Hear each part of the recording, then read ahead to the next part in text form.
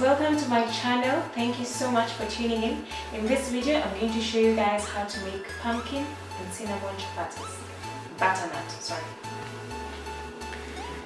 Okay, so to make our butternut chapati we have our flour, and this is 1 kilogram. Then you have salt. This is about 1.5 tablespoons of salt. Then I like adding a bit of sugar in my chapati, so this is about 2 tablespoons. But if you do not like your chapati with sugar, then skip this part. Then you have our ground cinnamon, about 1 tablespoon. Then oil. This is about 5 tablespoons of oil. Then I boiled my butternut, then pureed it. You can also mash it or blend it. If you don't have a blender, you can use a sieve to mash, or just simply a fork. It just won't be very smooth, but there's nothing wrong with that. Then I have my water. Now most people, some people say you have to use boiling water. Some people say you have to use hot water to get soft chapatis, but I don't use hot water to make my chapatis. I use cold water, and they always come out soft. So it's not really in the water. You can use either cold water or hot water, but it's in the oil and the time you allow it to rest. I'm going to add the salt, the sugar, cinnamon,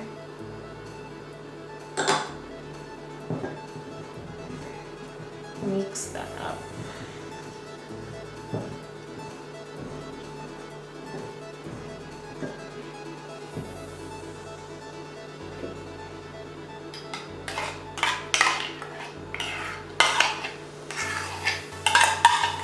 The butternut, this was about 3/4 of a medium-sized butternut.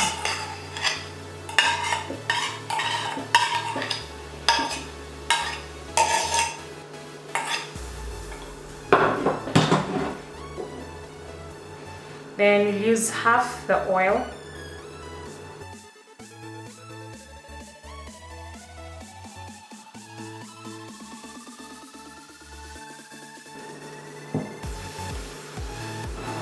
Make a well at the center and add your water.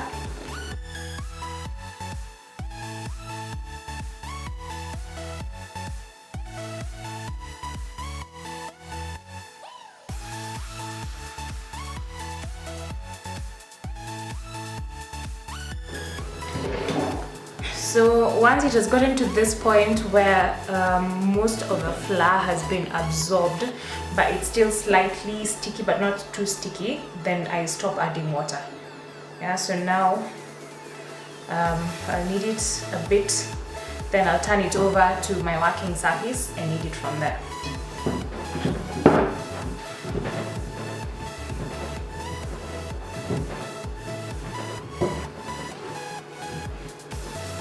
Now at this point, I like adding the other half of the oil. Remember we had 5 tablespoons, about 5 tablespoons when we started.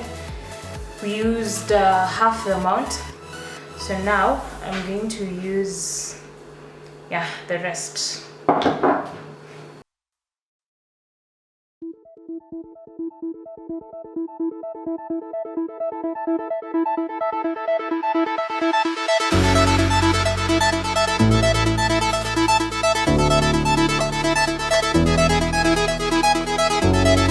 So once you're done kneading,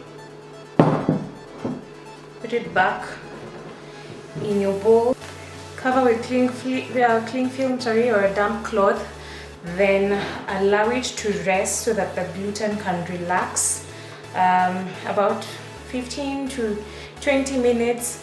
Because if you start rolling right now, the gluten has not yet relaxed, so you'll be rolling and it will just be coming back, yeah, like rubber band. So that's the only difference. When you knead with hot water or warm water, you're able to roll it immediately. Yeah, so I'm going to let this rest for about 20 minutes, then we'll come back and show you guys how to do the rest of the steps.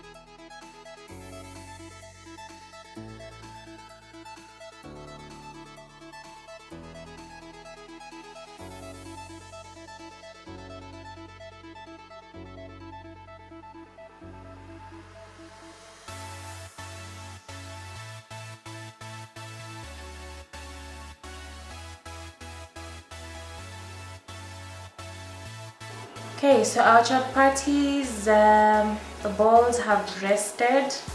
So now it's time to roll them, then cook them.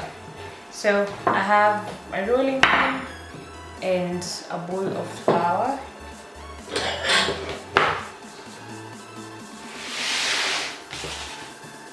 I'll dip my chapati bowl there.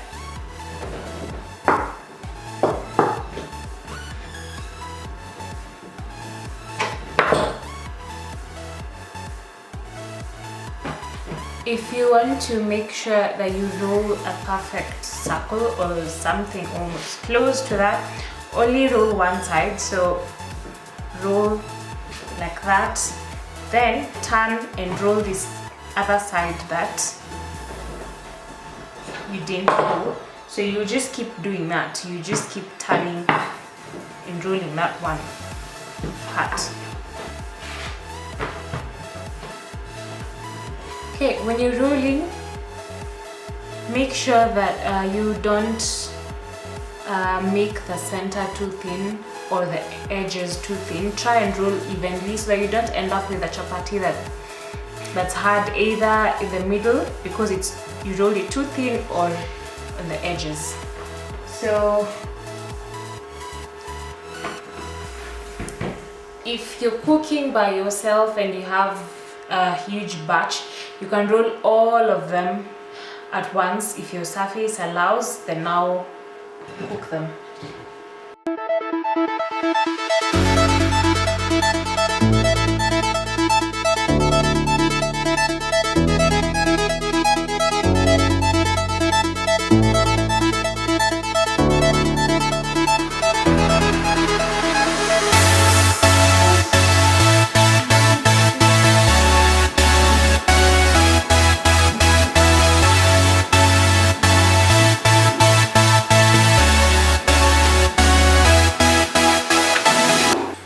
Once you turn, apply oil.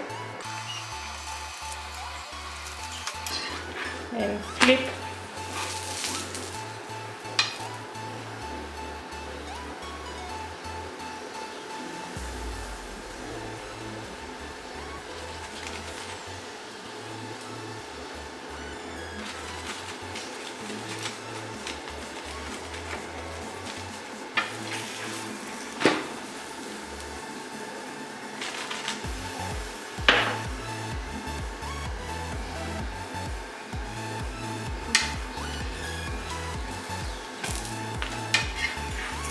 Okay, so once it's done like this on both sides, you can remove and put in a closed container or a foil.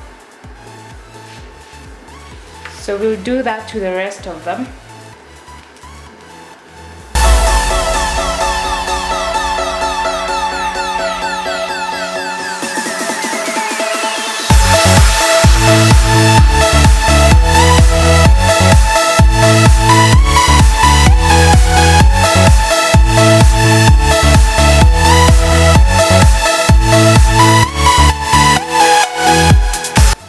As always, thank you so much guys for hanging out with me.